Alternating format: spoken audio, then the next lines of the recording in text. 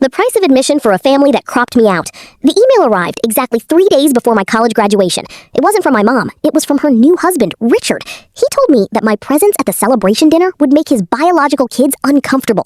Apparently, my achievements felt like a shadow hanging over them. Mom called right after, her voice incredibly small. She said, "Leo, you understand, right? We just need to build our own little family dynamic." I was 22. I had spent 4 years working 2 jobs just to pay my own tuition. But sure, Mom, I understand perfectly.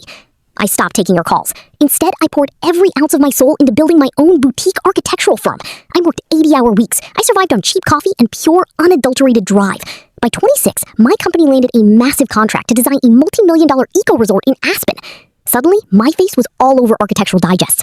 I bought a brownstone in Boston, and that's when Mom started texting again. "I saw your feature," she wrote. "We are so proud of you." I left it on read. Then came the real kicker. My half-brother, Richard's golden boy, was opening a restaurant and needed a high-end designer. For free. They wanted a family discount. I completely ignored it. Last year, I got engaged to Maya. We planned a gorgeous, intimate ceremony on a cliffside in Big Sur. Only 40 guests. People who actually showed up for me when I was nothing. Mom somehow got my personal number and called asking about the hotel block and if Richard's kids could get +1s. I called her back for the first time in 4 years. "I got your message," I said, completely calm. "Oh, thank God," she sighed. "We can't wait to be there." "You misunderstood," I replied. "I'm not sending you an invitation." Silence, heavy and thick. "But I'm your mother," she choked out. "And Richard needed space from my shadow," I said. "I'm just respecting his boundaries." "Leo, that was years ago. We've changed."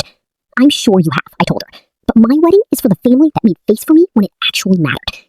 The wedding was flawless. 6 months later, my brother's restaurant opened. It was a total flop, tacky and disorganized. Mom called me crying, admitting Richard was always just jealous of my drive. She asked, "Will you ever forgive us?" I thought about the graduations and the holidays spent entirely alone.